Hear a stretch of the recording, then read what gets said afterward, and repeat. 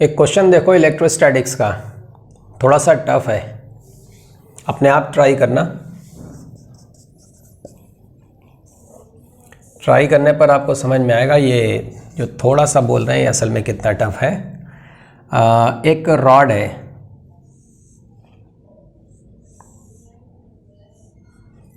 Uniformly charged है, इसकी length है L, मास है M और इस पर टोटल चार्ज है कैपिटल Q, जो कि इसकी पूरी लेंथ पर यूनिफॉर्मली डिस्ट्रीब्यूटेड है। अब इस रॉड को हमने XY प्लेन में रख दिया है, एक्स एक्सिस के परपेंडिकुलर, इस तरीके से कि इसका जो मिड पॉइंट है वो L,0 पर है on the x axis. Initially the rod is perpendicular to the x axis. अब इस रॉड को एक इलेक्ट्रिक फील्ड में रखा हुआ है, यहाँ पर ना एक इलेक्ट्रिक फील्ड प्रेजेंट है।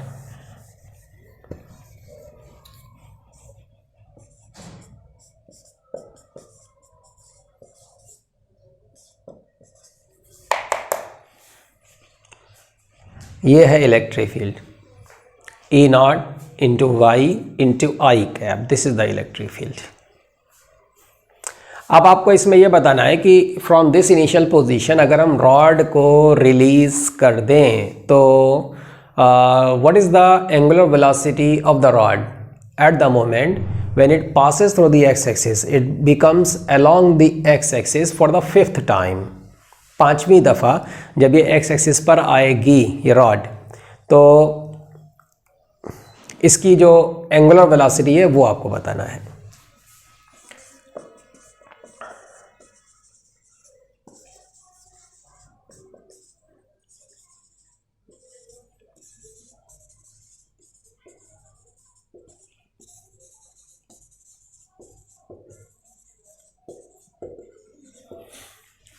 ठीक है, 5वीं दफ़ा जब आएगी तब बताना ओमेगा कितना होगा।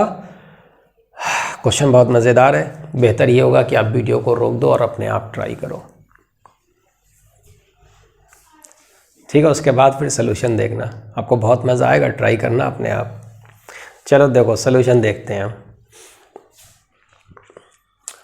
देखो ये जो इलेक्ट्रिक फील्ड है ना, इसकी डायरेक्शन देखो पहले, डायरेक्शन किधर है, प्लस आई कैप की तरफ तब होगा जब y पॉजिटिव है, जब y पॉजिटिव है, और ये माइनस आई कैप की तरफ तब होगा जब y नेगेटिव होगा, मतलब कि एक्स एक्सिस के नीचे।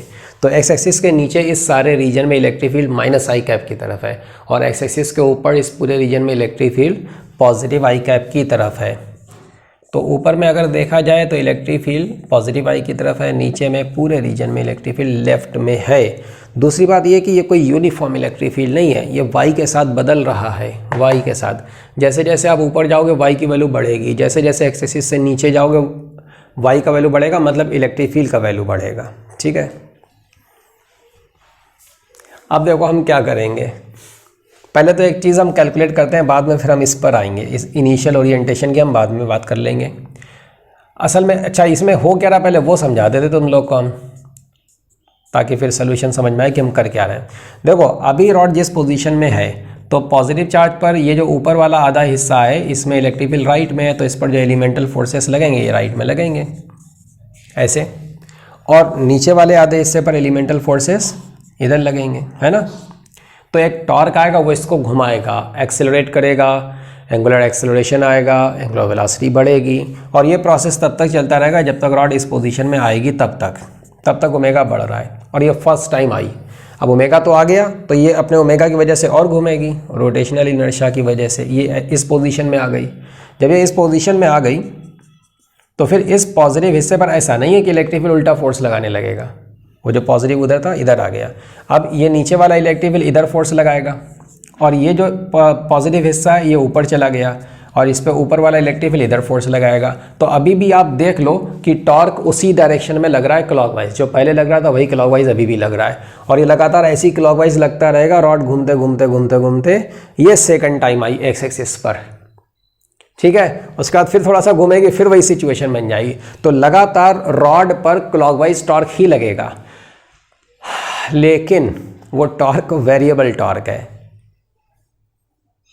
इसलिए उसका वर्क फाइंड करना इतना आसान भी नहीं है। एनीवे अभी बताते हैं कैसे करेंगे हम।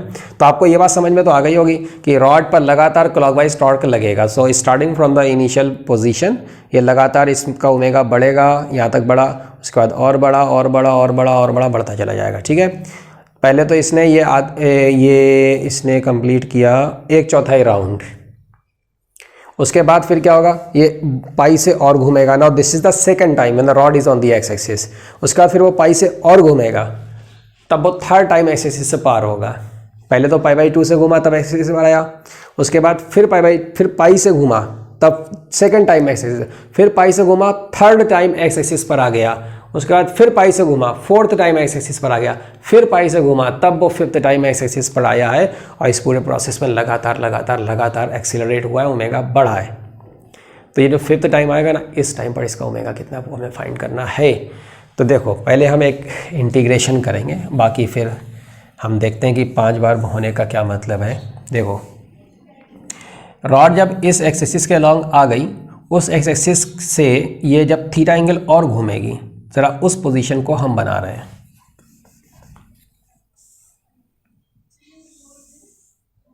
थोड़ा बड़ा करके बनाते हैं क्योंकि इसमें जो चीज़ें हमें आपको दिखाना है वो जूम करने पर ही दिखेंगी आपको।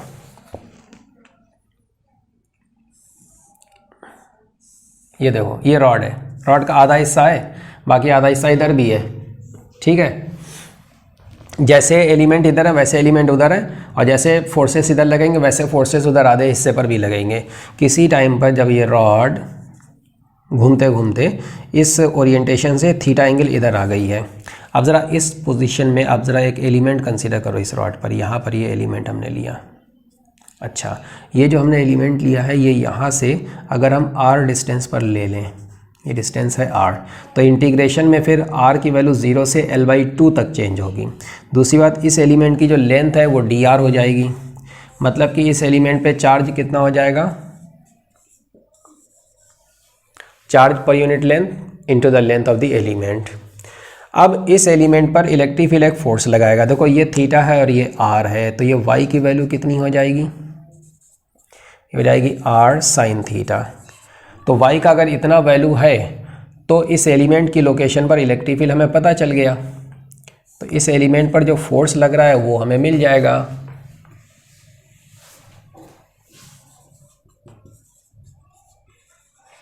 हाँ, तो फोर्स कितना बनेगा, इलेक्ट्रिक फील्ड का मैग्नीट्यूड, यह है इलेक्ट्रिक फील्ड, y का मतलब क्या है यहाँ पर, r sin थीटा, ये है electric field into D Q वो लिखा हुआ है। ठीक है, यहाँ पर हम लिख देते हैं ताकि आपको ध्यान रहे, this is basically E D Q, elemental force. अब ये जो एलिमेंटल फोर्स है ना, इसका टॉर्क आएगा। आप चाहें तो आप टॉर्क के हिसाब से वर्क डन कैलकुलेट कर लो, या फिर फोर्स के हिसाब से भी कर सकते हैं, कोई दिक्कत नहीं है। देखो ये थीटा में थोड़ा सा और इंक्रीमेंट होगा, ये रॉड वैसे तो थोड़ा ही सा होगा, हम कुछ ज़्यादा ही घुमा के दिखा दे रहे हैं ताकि बात समझ में आए आपको। थोड़ा सा और ये घूम गई, कितना घूम गई, डी थीटा घूम गई।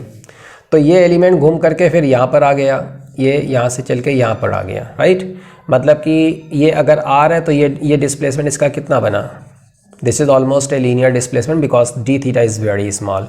सो how much is this displacement, this is R D theta, this is small R, this is R D theta. अब ये जो आर डी थीटा ये ना तो एक्स के अलॉन्ग है ना वाई के अलॉन्ग है, इसका एक कंपोनेंट आएगा एक्स के पैरेलल, इलेक्ट्रिक फील्ड एक्स के पैरेलल है, एक्स एक्सिस के अलॉन्ग है इलेक्ट्रिक फील्ड, तो फिर जो फोर्स है वो भी एक्स के अलॉन्ग है। तो आपको डिस्प्लेसमेंट का कंपोनेंट फाइंड करना होगा फोर्स की डायरेक्शन में, और उसको मल्टीप्लाई करोगे एलिमेंटल फोर्स से, आपको मिलेगा elemental work done over that elemental displacement.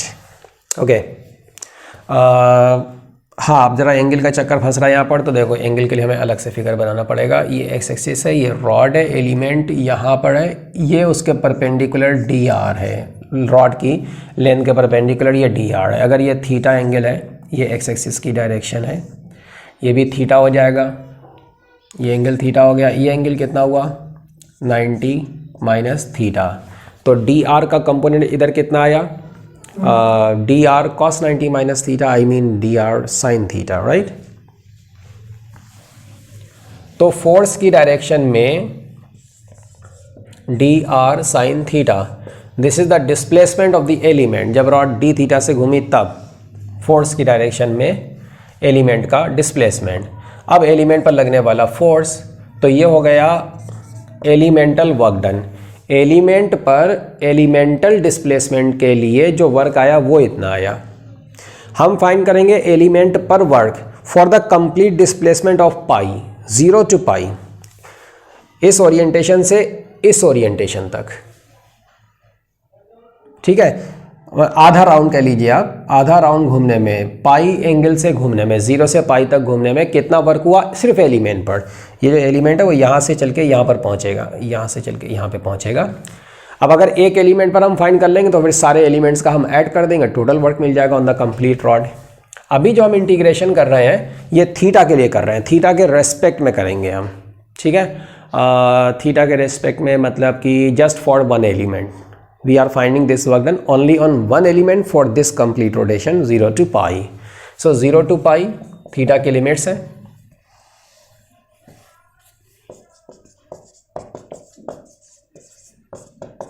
ये हो गया। अब ये भी dw ही है लेकिन वो dw अलग है, ये dw अलग है। ठीक है, इसको इंटीग्रेट करोगे तो एलिमेंट पर जो वर्क आया 0 से पाई तक, वो एलिमेंट पर वर्क था d थीटा के लिए। इसको इंटीग्रेट कर लेते हैं, डी एफ ये लिखा हुआ है, E naught R sine theta Q by L D R, this is D F, ये हो गया D F and D R sine theta. D R double कैसे आ गया, कुछ गड़बड़ तो नहीं है?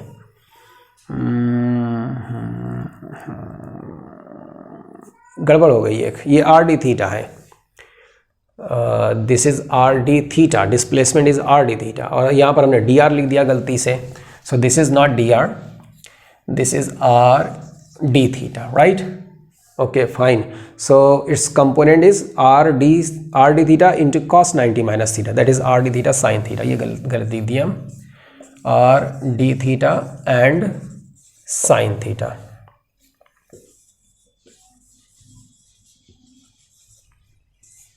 सो 0 से लेकर पाई तक। अब ये इंटीग्रेशन अभी पता है ना आपको थीटा के रेस्पेक्ट में है, तो आर तो वेरिएबल है नहीं, अभी तो आर फिक्स है, तो आर को बाहर निकाल लो।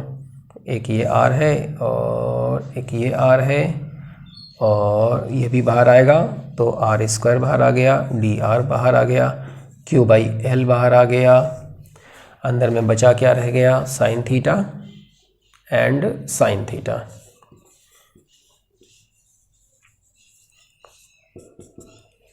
इसको इंटीग्रेट कर लो।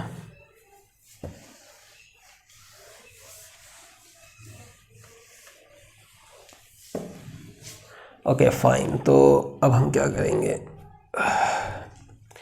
इसको इंटीग्रेट करने के लिए इसको लिख लेते हैं हम 1 माइनस कॉस 2 थीटा बाई 2। इसका इंटीग्रेशन करेंगे तो थीटा बाई 2 आएगा and minus sine 2 theta by 4 आएगा। फिर हम लिमिट रखेंगे 0 से लेकर पाई तक, तो ये तो हो जाएगा पाई बाई 2 और वो हो जाएगा 0 0 0 0। So this integration is pi by 2।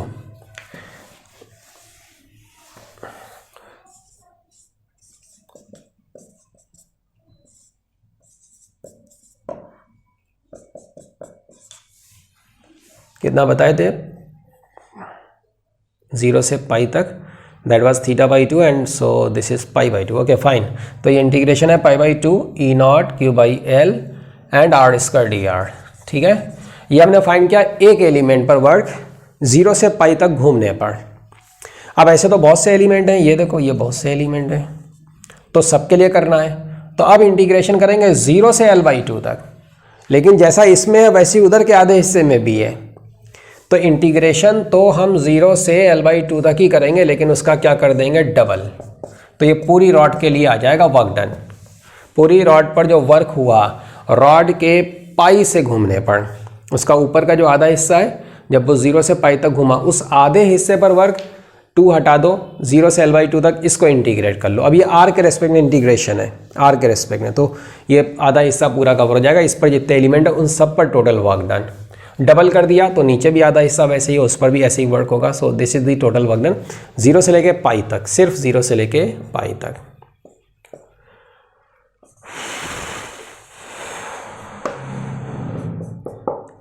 r cube by 3, this is l cube by 8 and okay fine. तो ये हमें वर्क मिल गया, बस अब प्रॉब्लम सॉल्व हो गई। अभी हमने 0 से पाई तक किया है ना। अब देखो क्वेश्चन में जो बोला गया उसके हिसाब से सोचो। अब जब ये रॉड एक्स एक्सिस पर थी और एक्स एक्सिस से एक्स एक्सिस पर आ गई, मतलब कि पाई से घूम गई, तो वर्क कितना हुआ, ठीक है। अब उसने जो क्वेश्चन में पूछा है उसके हिसाब से सोचो। अब देखो पहले रॉड ऐसे थी, पहले तो ये π/2 से ऐसे घूमेगी, तो π/2 में जो वर्क होगा ना वो 0 से पाई तक का जो वर्क है उसका आधा होगा। तो एक तो ये π/2 तक का वर्क आया, उसके बाद क्या है, ये वर्क हुआ इतना पाई, नेक्स्ट पाई घूमने से, और ये सेकंड टाइम है रॉड का, ठीक है। तो फिफ्थ टाइम तक आते आते घूमी कितनी है वो आप समझो। शुरू का π/2 हटा दो आप 1 मिनट के लिए, 1 टाइम आ चुका है, ठीक है। अब देखो पाई पाई पाई पाई पाई करते करते होगा, हम काउंट कर रहे हैं, ध्यान से देखना। पहले तो ये आ चुका रॉड, ये 1 टाइम हो गया, second time, third time, fourth time and fifth time. तो कितनी बार घुमा, 4 बार, 4 टाइम्स तो पाई पाई पाई करके घुमाए, और शुरू में वो π/2 घूम चुका था, ठीक है। एक बार फिर से काउंट कर लो, देखो 1 2 π/2 घुमा, फिर पाई घुमा, फिर पाई घुमा, फिर पाई घुमा, फिर पाई घुमा, ठीक है। First time on the x axis, second time on the x axis, third time on the x axis, fourth time on the x axis, fifth time on the x axis. तो π/2 घुमा, फिर पाई घुमा, फिर पाई घुमा, फिर पाई घुमा, फिर पाई घुमा। पाई घूमने में वर्क हुआ W, इतना W, और फिर W, और फिर W, और फिर W, और इसमें हो जाएगा W/2, ठीक है। सो this is 4.5 W, 4.5 W in the complete given process, 4.5 W, this is the total work done। 4.5 का मतलब 9/2 E0 Q pi L square upon 24, this is the work done, and this should be equal to final kinetic energy half I omega square। और I कितना बनेगा, तो इसको आप solve कर लो, इससे जो ओमेगा मिलेगा दैट इज द आंसर।